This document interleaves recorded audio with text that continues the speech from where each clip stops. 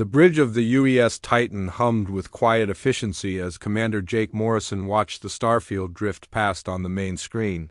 3 months into their patrol mission along the outer rim of human space, his crew had settled into the familiar rhythm of deep space exploration.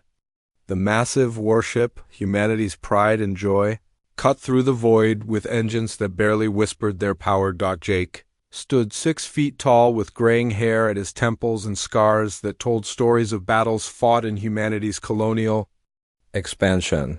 His weathered hands gripped the command rail as he surveyed his bridge crew, each person a specialist handpicked for this mission.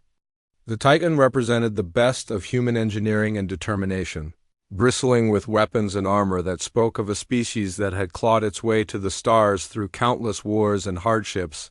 Chief Communications Officer Lisa Park looked up from her station with a frown creasing her young face.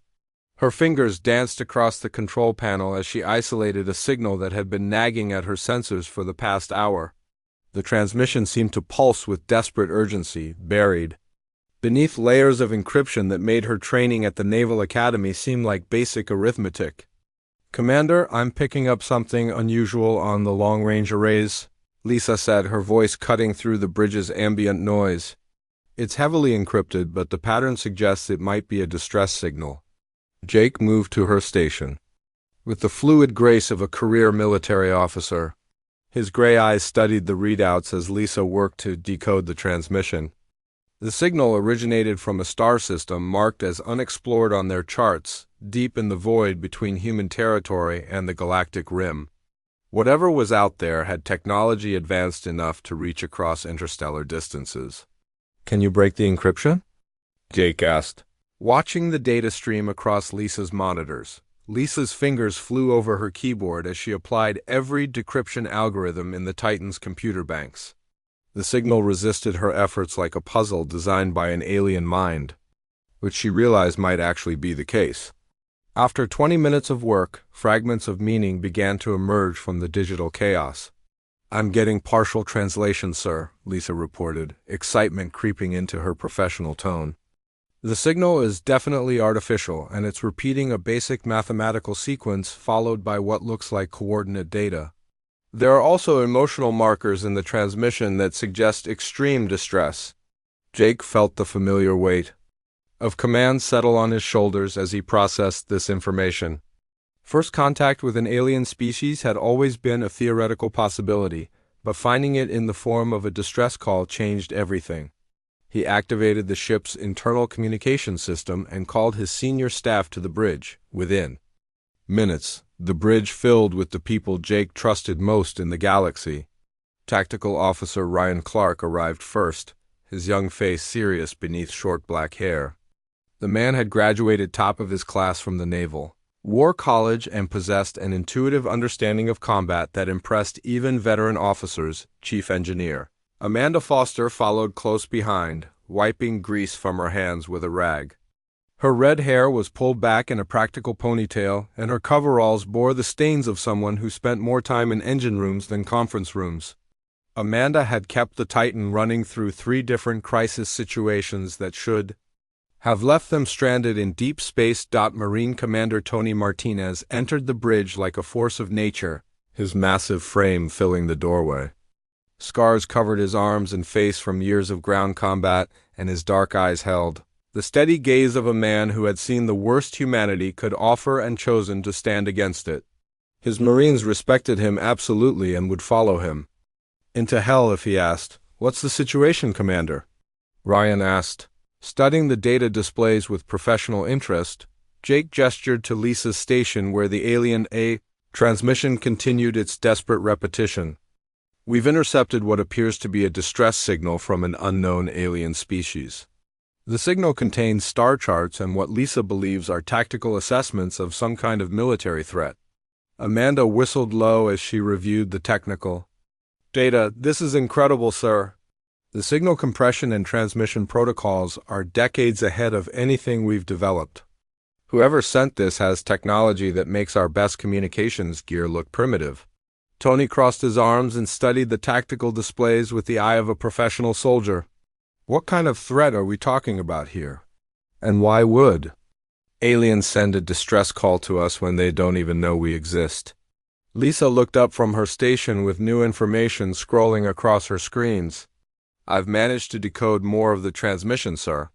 The aliens call themselves the Villani Federation, and they're under attack by something called the Krex Empire. According to their data, the Krex have already destroyed 7 Villani colonies and are moving toward their homeworld. The bridge fell silent as the implications sank in. Jake had spent his entire career preparing for threats to human civilization, but he had never considered that humanity might be called upon to defend aliens from other aliens. The moral implications were staggering and the tactical challenges seemed almost insurmountable. The Villani described themselves as a peaceful trading confederation, Lisa continued, her voice growing more excited as she translated additional data. They've never fought a real war and their defense fleet has been completely overwhelmed. The signal contains detailed information about Krex military capabilities and tactics. Ryan leaned over Lisa's shoulder to study the tactical data. These Krex formations are interesting, sir. They use overwhelming force and standardized battle tactics, but their approach seems very rigid. No improvisation or adaptation to changing circumstances. Jake nodded slowly as he processed this information. Rigid tactics were something human. Military doctrine had evolved to counter through centuries of warfare against equally determined human opponents. The colonial wars had taught humanity that survival often depended on the ability to adapt and improvise when plans fell apart. The Villani homeworld is called Villara Prime, Lisa added, highlighting star charts on the main screen. It's approximately 6 days' travel at maximum hyperspace velocity. The signal suggests they have maybe 2 weeks before the Krex fleet arrives for a final assault. Amanda frowned as she studied the engineering data embedded in the transmission. Sir, their technology is impressive, but their ships are built for efficiency and comfort, not combat. These Villani have never had to design vessels that could take damage and keep fighting, Tony grunted his agreement. Sounds like they've never had to learn how to be warriors. That's going to be a problem if they're facing an aggressive military. Empire. Jake walked to the main view screen and stared out at the stars as he weighed his options. The Titan was powerful, but it was just one ship against what the Villani data suggested was a massive military force. Engaging in combat with unknown aliens could start a war that humanity was unprepared to fight. On the other hand, standing by, while innocents were slaughtered, went against everything he believed about duty and honor. Lisa, send an encrypted message back to Earth Command, Jake ordered, his decision crystallizing as he spoke. Include all the Villani data and request immediate assistance. Then set course for Villani space at maximum velocity. The bridge crew exchanged glances, but no one questioned the order. They had served under Jake Mortison long enough to trust his judgment, even when it led them into situations that seemed impossible. Sir, should I prepare the ship for combat operations? Ryan asked, already moving toward his tactical station. Jake nodded grimly. Full combat readiness. If we're going to help these Villani, we need to be prepared for anything. The hyperspace jump to Villani space took 4 days instead of 6 as Amanda pushed the Titan's engines beyond their normal limits. Jake spent those days studying every piece of data the aliens had transmitted, memorizing ship configurations and tactical patterns until he could recite Krex battle formations in his sleep. The bridge had become a war room where his officers worked around the clock to understand their new enemies. Ryan had converted the tactical displays into a 3-dimensional battlefield simulator, running dozens of scenarios based on the Villani intelligence data. The Krex Empire's military doctrine emphasized brute force and numerical superiority, with massive fleets that could overwhelm any opposition through sheer firepower. Their ships were heavily armored and well-armed, but they moved in predictable formations that suggested rigid command structures. The Krex don't seem to believe in individual initiative, Ryan explained during one of their planning sessions. Every ship follows predetermined attack patterns without deviation. It's effective against enemies who fight the same way, but it might give us opportunities if we can stay unpredictable. Amanda had been equally busy analyzing the technical specifications of both Villani and Krex vessels. The Villani ships were marvels of engineering efficiency, designed for long-range exploration and peaceful trade missions. Their hulls were smooth and elegant, built to minimize energy consumption rather than absorb weapons fire. The Krex vessels were the complete opposite, angular and brutal in their design with armor plating that could withstand tremendous punishment. "The Villani have incredible technology, sir," Amanda reported to Jake as they prepared to drop out of hyperspace. "Their power systems are decades ahead of ours, and their sensors could detect a whisper in a thunderstorm. But their ships have almost no defensive capabilities beyond basic shields." Tony had spent the journey studying the limited information about Krex ground forces and individual combat capabilities. The data suggested that Krex soldiers were larger and stronger than humans, with natural armor plating and built-in weapons. However, they seemed to lack the flexibility and creativity that made human soldiers so effective in irregular warfare. "These Krex fight like they think, sir," Tony observed, pointing to tactical analyses on his tablet. "Everything by the book with no room for adaptation. If we can get them into situations their training didn't prepare them for, we might have a chance." The moment of truth arrived when the Titan dropped out of hyperspace at the edge of Villani territory. The main screen filled with a sight that took Jake's breath away. Villani ships moved through space like schools of fish, their hulls gleaming with a pearl-like finish that caught and reflected starlight. They were beautiful in a way that human ships could never be, designed by minds that valued art as much as function. Lisa established first contact within minutes of their arrival, using the mathematical protocols the Villani had included in their distress signal. The response came immediately, filled with excitement and desperate hope that made Jake's chest tighten with emotion. These aliens had been waiting for help that they never really believed would come. The lead Villani vessel approached the Titan with careful grace, its captain requesting permission to come aboard for face-to-face negotiations. Jake granted the request, ordering his crew to prepare the main docking bay for their first meeting with an alien species. The moment would go down in history books, assuming any of them survived long enough to write those books. Chancellor Keth Varan stood 7 feet tall with crystalline features that seemed to be carved from living gemstone. His skin had a translucent quality that allowed glimpses of the energy patterns flowing beneath, and his large eyes held depths of intelligence and sadness that spoke of recent losses. He moved with fluid grace that made human motion seem clumsy by comparison. "Commander Morrison," Chancellor Varan said through a translation device that converted his musical voice into English, "your arrival gives us hope when we had none. The Krex Empire has destroyed everything we hold dear, and we have no weapons that can stop them." Jake studied the alien leader with professional assessment, noting the way Varan's shoulders slumped with exhaustion and grief. These Villani had clearly never faced anything like the Krex before, and their peaceful nature had left them completely unprepared for the reality of interstellar warfare. Dr. Susan Kane, the Titan's chief xenobiologist, worked with communications specialist Peter Walsh to establish proper translation protocols while documenting humanity's first contact with alien intelligence.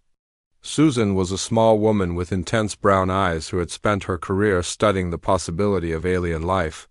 Meeting the Villani represented the fulfillment of her life's work.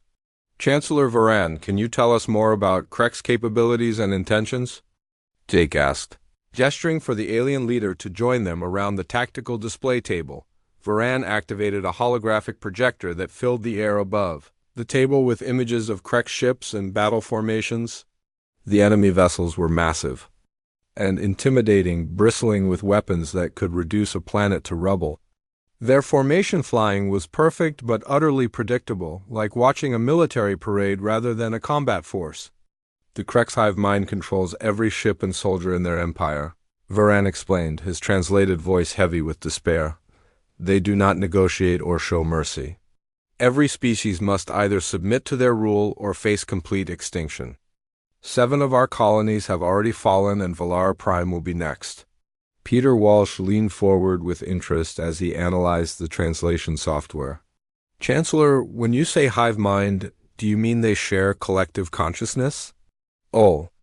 Decisions made by a central authority? Varan nodded sadly. Individual Kreks have no independent thought. They are extensions of their Supreme Commander's will, which makes them incredibly coordinated but also predictable. They have never faced an enemy that fights with individual creativity and initiative. Jake felt a cold smile cross his face as he began to understand the tactical situation. The Kreks Empire had built their entire military doctrine around fighting other hive minds or peaceful species like the Villani. They had never encountered humans, a species that had evolved from predators on a world where cooperation and individual initiative were both necessary for survival. Ryan was already working at the tactical display, comparing Kreks formations with human fighter squadron tactics. Sir, if these Kreks really can't adapt their strategies in real time, they're going to have serious problems dealing with human combat doctrine. We could hit them with maneuvers they've never seen before. Amanda had connected her engineering tablet to the Villani holographic system and was studying their ship designs with obvious admiration. Chancellor Varan, your technology is incredible. If we could modify some of your systems with human defensive measures, we might be able to give your ships a fighting chance. Tony crossed his arms and studied the Kreks warrior specifications with professional interest. These enemies are tough, sir, but they fight like robots. Human soldiers learn to improvise and adapt from day one of basic training. That might give us an edge in ground combat. Chancellor Varan looked around the table at the human officers with growing amazement. You speak of fighting the Kreks Empire as if victory were possible. Commander Morrison, you must understand that they have conquered dozens of star systems. Their fleet numbers in the hundreds of ships. Jake met the alien leader's gaze with steady confidence. Chancellor, humans have been fighting impossible odds since we first picked up sticks and stones to defend ourselves. We've learned that the best way to beat a superior enemy is to make them fight on our terms instead of theirs.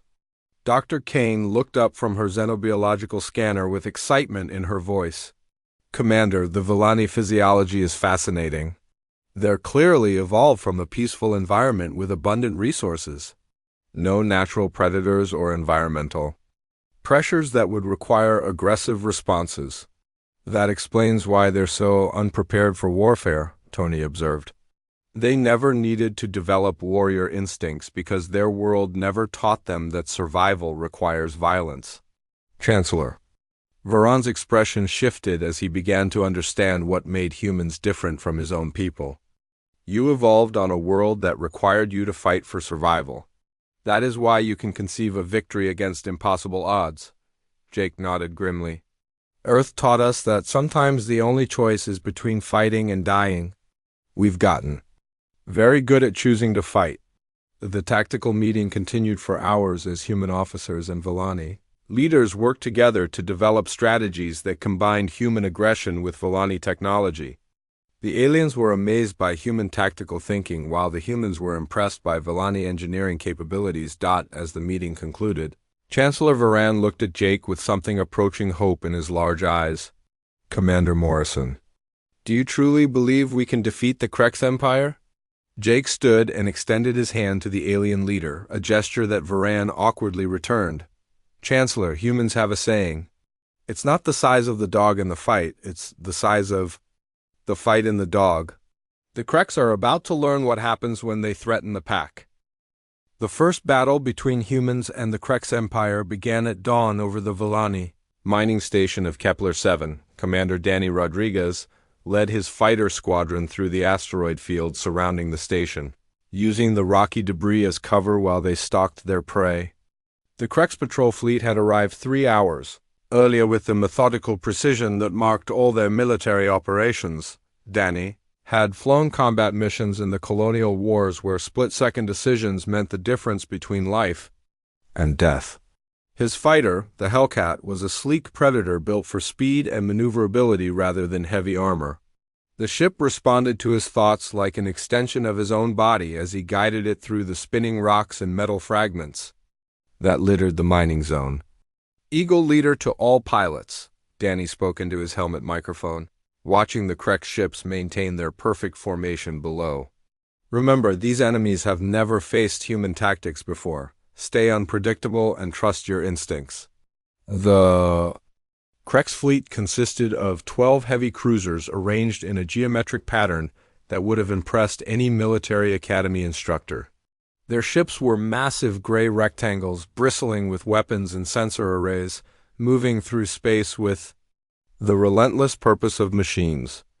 Each vessel maintained exact distance from its neighbors, creating overlapping fields of fire that could destroy anything foolish enough to attack head-on, Lieutenant. Kelly Murphy flew wing position to Danny's right, her fighter dancing between asteroids with the fluid grace of a natural pilot. Kelly had grown up racing atmospheric craft through the storm systems of her home world, learning to read air currents and weather patterns that could kill an unwary pilot in seconds. The skills that kept her alive in those deadly skies now served her well in the vacuum of space. "I count 60 fighter craft escorting the main fleet," Kelly reported, studying her sensor displays. "They're flying in standard escort formation, 3 squadrons of 20 ships each. No deviation from textbook patterns." Danny smiled grimly as he watched the enemy fighters maintain their rigid positions around the capital ships. Human fighter. Doctrine emphasized individual initiative and pack hunting, tactics that allowed pilots to support each other while maintaining tactical flexibility. The Kreks apparently believed that perfect formation flying was more important than adaptability. Chief Engineer Amanda Foster had spent the previous week modifying human and Villani weapon systems to create hybrid technologies that neither species could have developed alone. Her latest creation was a shield disruption torpedo that used Villani energy manipulation techniques combined with human explosive warheads. The result was a weapon that could punch through Krek's defensive systems like they were made of paper. "All fighters, you are cleared to engage," came Jake Morrison's voice from the Titan's command center. "Show these Kreks what happens when they threaten innocent people." Danny triggered his engines and dove toward the enemy fleet with his squadron following in loose formation behind him.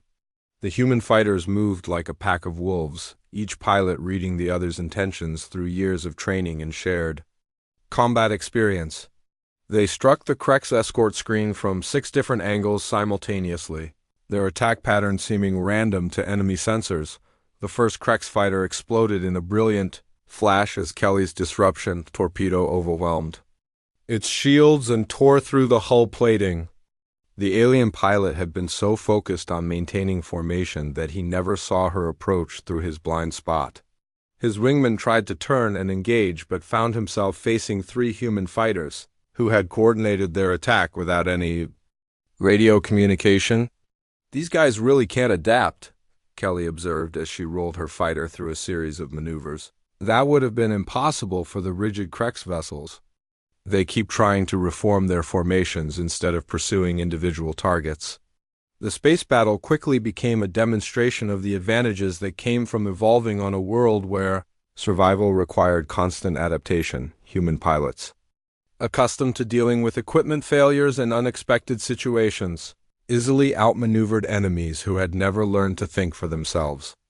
Each Krek ship followed predetermined responses that made them predictable to experienced combat veterans. Danny led his squadron through a maneuver he called the Terran Spiral, a chaotic attack pattern that exploited gaps in enemy defensive formations, while remaining impossible for tactical computers to predict.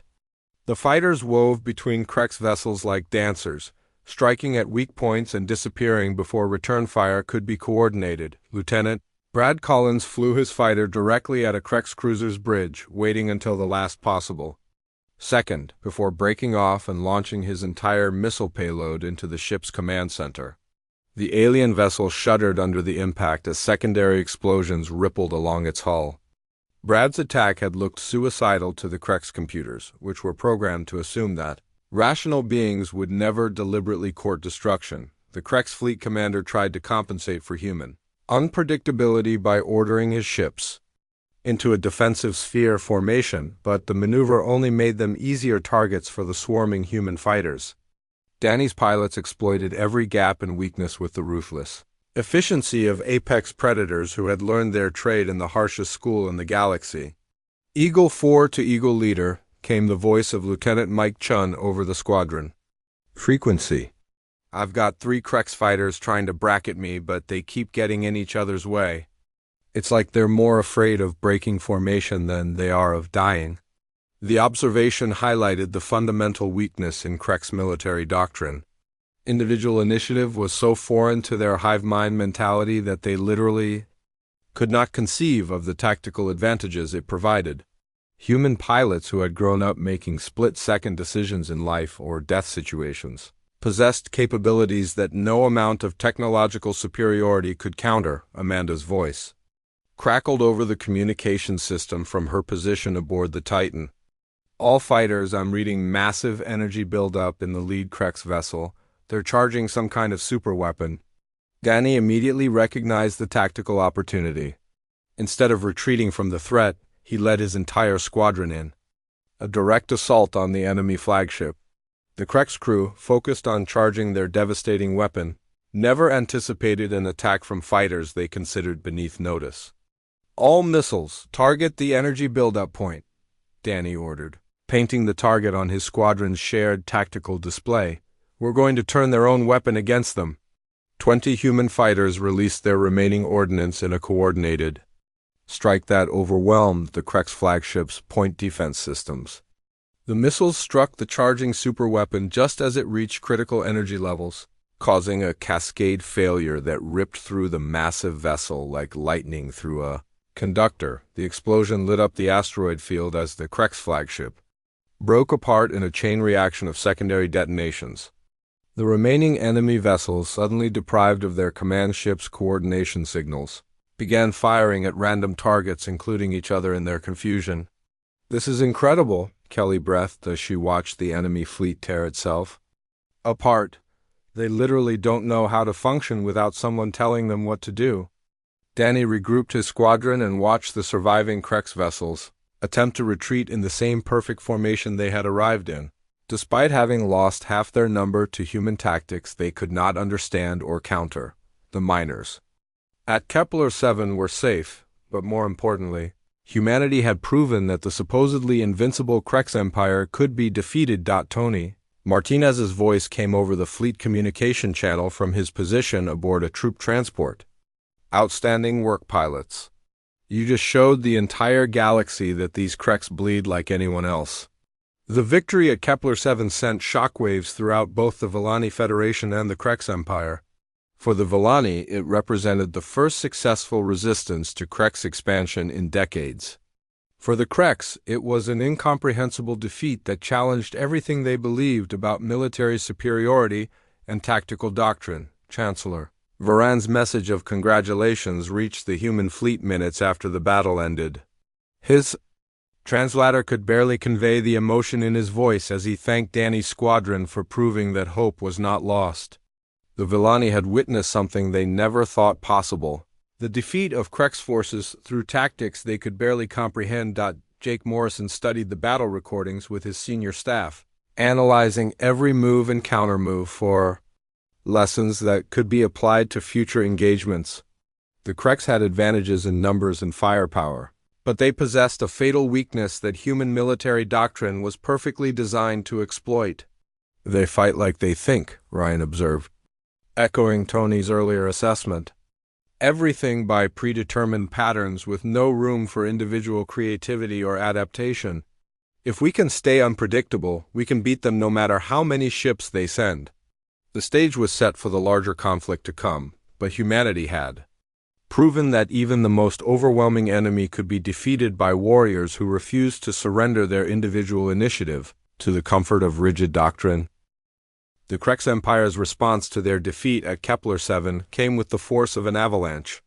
Supreme Commander Vextar personally led a massive fleet of 300 warships toward Valara Prime, determined to crush both the human interlopers and the Villani rebellion in one devastating assault.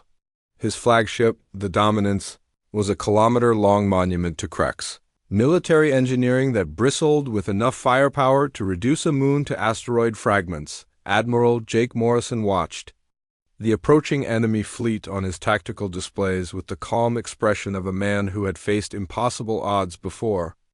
the combined human and Vellani defensive force numbered only 47 ships, including the Titan and 6 other human vessels that had arrived from Earth Command. The rest were Vellani ships hastily retrofitted with human weapons and shield systems, their elegant curves now marred by the brutal additions necessary for survival.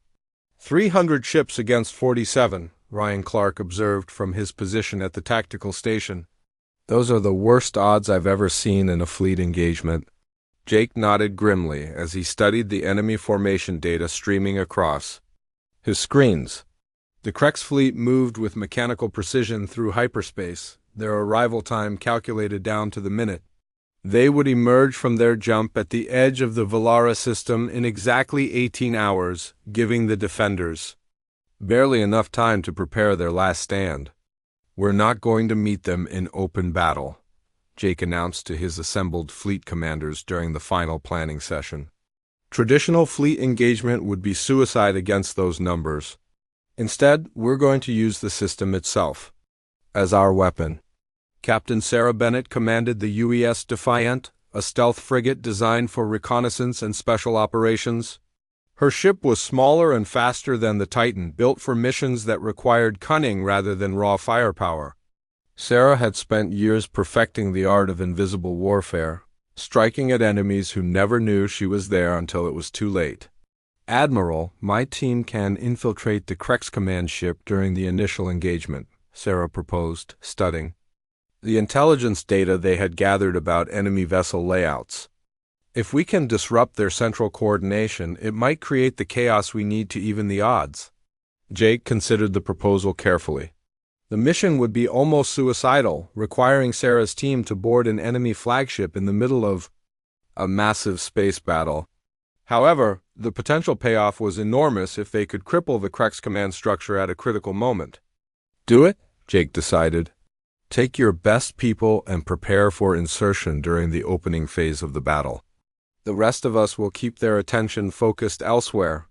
Dr. Susan Kane had worked with Vellani scientists to develop a computer virus specifically designed to attack Krex hive mind communication networks.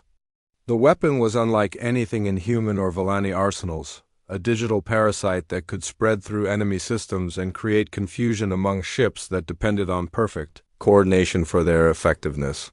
The virus should propagate through their communication arrays within minutes of initial contact, Susan explained to the gathered commanders. "It won't destroy their ships, but it will disrupt the central control that makes their tactics so effective." Tony Martinez had spent the preparation time studying Krex ground force capabilities and developing countermeasures for the inevitable planetary assault. His Marines were outnumbered 10-1, but they possessed advantages that no amount of enemy troops could overcome. Human soldiers had learned to fight in environments that would kill most species, giving them tactical flexibility that rigid Krex doctrine could not match. "The enemy will try to establish landing zones in the lowlands around the capital city," Tony briefed his unit commanders. "We're going to let them land, then hit them with everything we've learned about guerrilla warfare. These Krex have never fought an enemy that refuses to stand still and trade shots." The Krex fleet emerged from hyperspace with clockwork precision, their massive ships taking up predetermined positions around Velara Prime like pieces on a chessboard. Supreme Commander Vexstar had planned this assault to demonstrate Krex superiority to any species foolish enough to resist the Empire's expansion. The destruction of the human fleet would serve as an object lesson to the rest of the galaxy. Jake's defensive strategy became apparent as the battle began.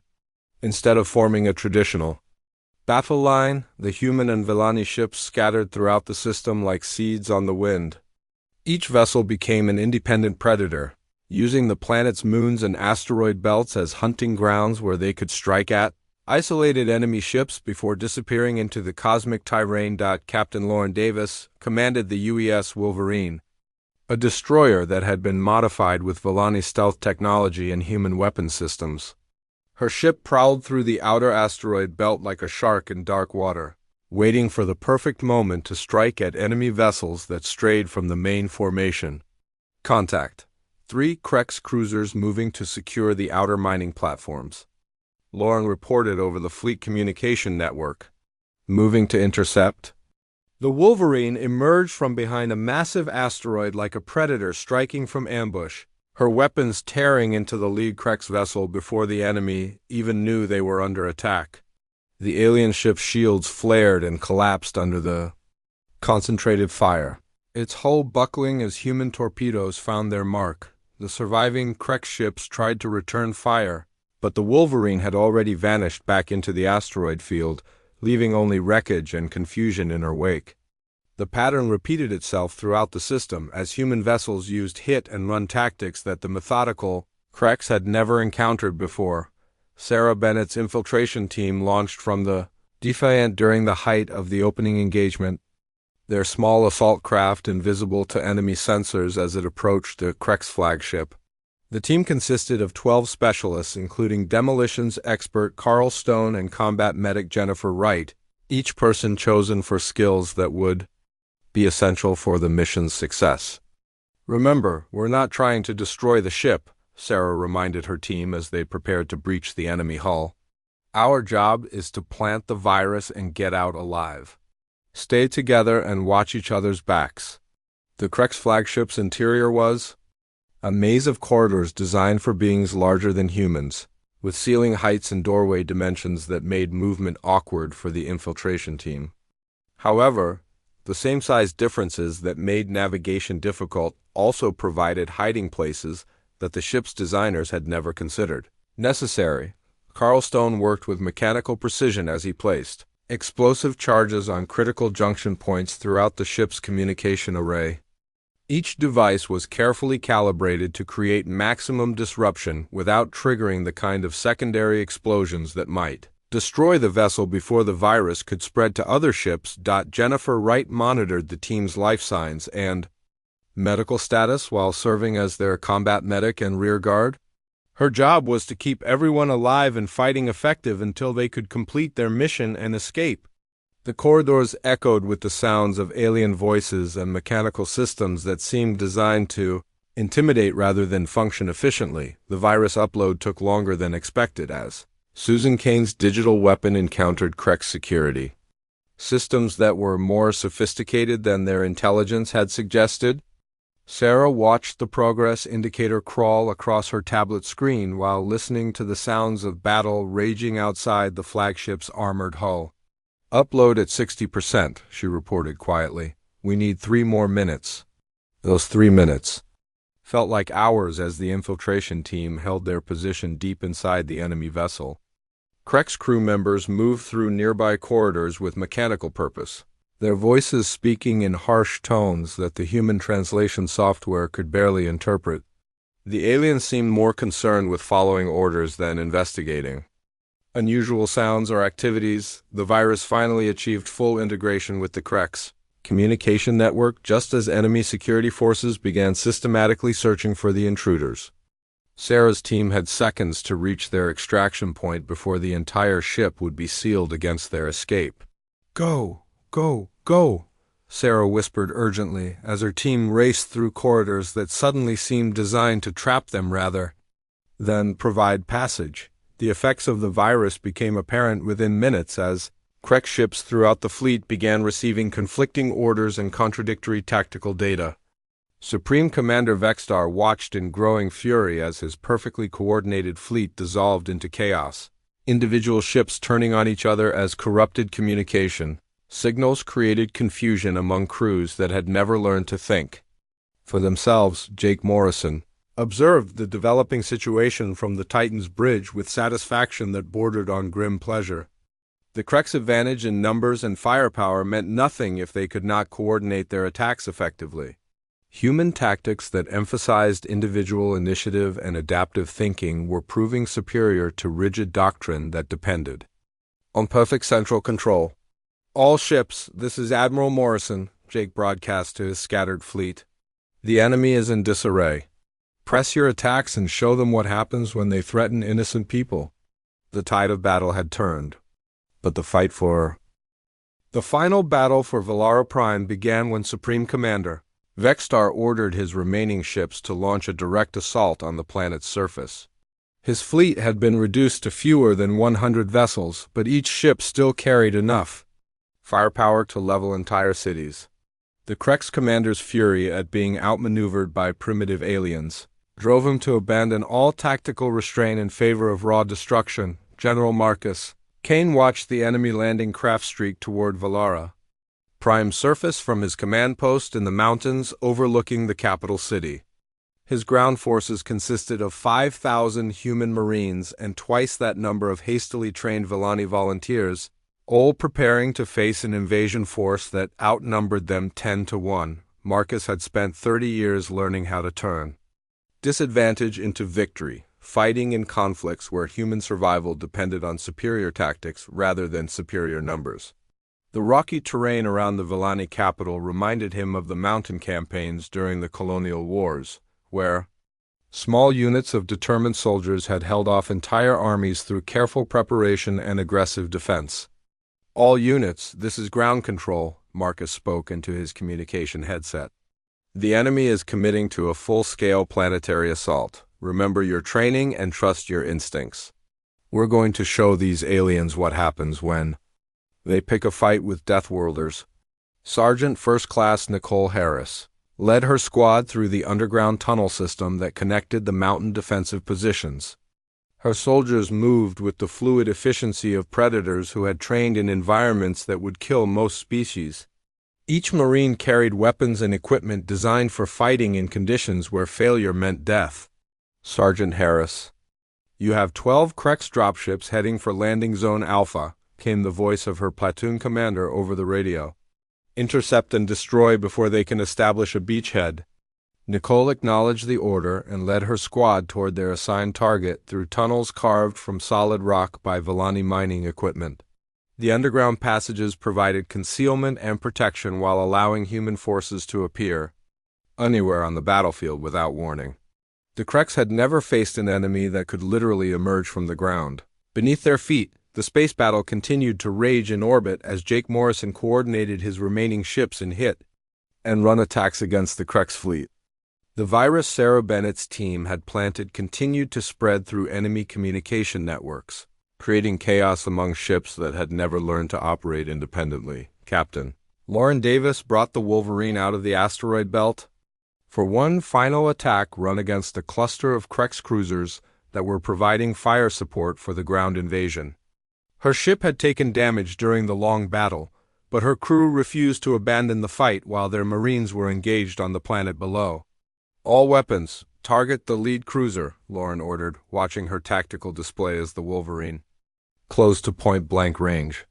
"We're going to ram this torpedo down their throat and see how they like it."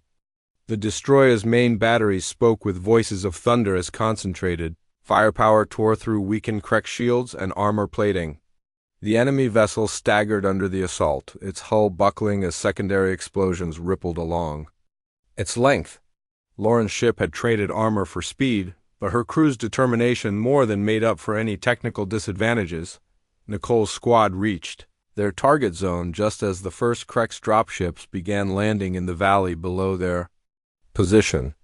The alien soldiers that emerged were larger and stronger than humans, with natural armor plating and built-in weapons that made them formidable individual fighters. However, they moved with the same mechanical precision that characterized all Krex military operations. "Fire for effect," Nicole whispered into her headset. Targeting the lead Krex formation with her squad's portable missile launcher, the explosion sent alien bodies flying as human weapons found gaps in Krex armor that their designers had never considered. The surviving aliens tried to form defensive positions, but they followed predetermined patterns that made them easy targets for soldiers who had learned to fight. Dirty in the harshest school in the galaxy, Tony Martinez coordinated the defense from his mobile command post, watching as human squads struck at Krex landing zones throughout the continent. His Marines used every trick they had learned during years of fighting against desperate enemies who refused to surrender.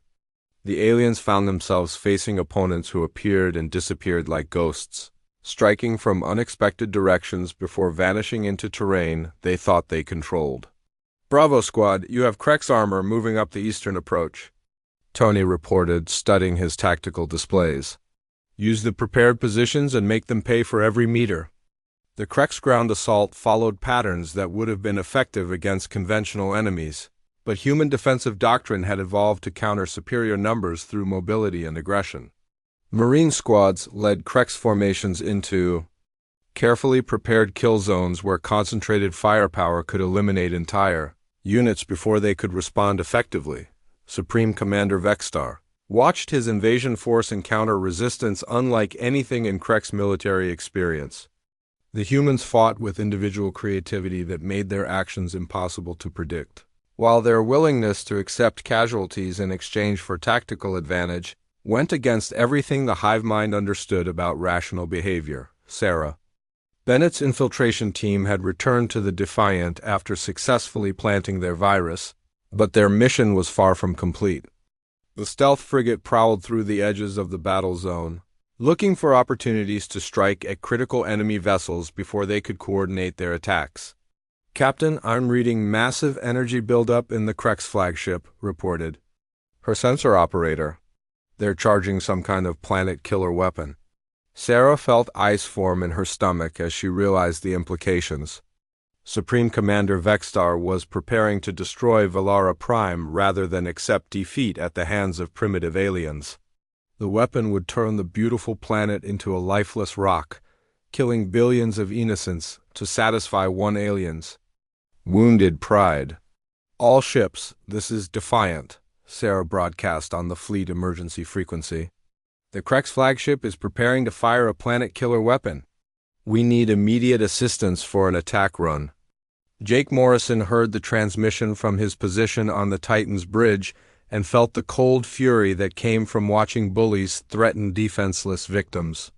The Krek's commander was willing to commit genocide rather than admit that his supposedly superior forces had been defeated by human tactics and determination. "All ships, converge on the enemy flagship," Jake ordered, knowing that he was asking his crews to undertake what amounted to a suicide mission. "We're going to ram that weapon down their throat before they can use it." The remaining human and Villani ships abandoned their individual battles and raced toward the Krek's flagship like a pack of wolves closing on wounded prey. Supreme Commander Vexstar watched their approach with mechanical calculation, confident that his massive vessel could destroy them all before they could threaten his ultimate weapon. The final engagement began as 27 damaged ships threw themselves against a fortress that outmassed them all combined. Human crews pushed their damaged vessels beyond all safety margins while Villani pilots followed tactics they barely understood but trusted with their lives. The space around the Krek's flagship became a storm of weapons fire and exploding ships. As two very different philosophies of warfare met in final combat, Nicole Harris watched the battle from her position on Valara Prime's surface, seeing the lights of dying ships reflected in the planet's atmosphere. Her squad had eliminated 3 Krek's landing zones, but the outcome of the entire war now depended on whether their fleet could stop one alien's final act of spite. The Titan led the charge toward the enemy flagship with Jake Morrison standing calmly on his bridge as weapons fire hammered against failing shields. His crew worked with desperate efficiency to keep their ship fighting while closing to point-blank range with an enemy that could destroy them with a single lucky hit. "All weapons, target the planet killer charging array," Jake ordered, watching the distance close on his tactical display. "We're going to give these Kreks something to remember humanity." Vi. The combined firepower of the human fleet struck the Krek's weapon just as it reached critical charge levels, causing a cascade failure that ripped through the massive ship like lightning through a conductor. Supreme Commander Vexstar had time for one moment of shocked realization before his flagship tore itself apart in a chain reaction of secondary explosions. The destruction of their command ship and the death of their Supreme Commander broke what remained of Krek's resistance throughout the system. Individual alien vessels, suddenly cut off from central coordination, began surrendering or retreating in confusion. The hive mind that had conquered dozens of star systems had finally encountered an enemy it could not understand or defeat. The celebration on Valara Prime lasted for days as humans and Villani worked together to rebuild what the war had damaged. Chancellor Keth Varan stood beside Jake Morrison as they signed the Treaty of Velara, establishing a formal alliance between their species that would reshape the balance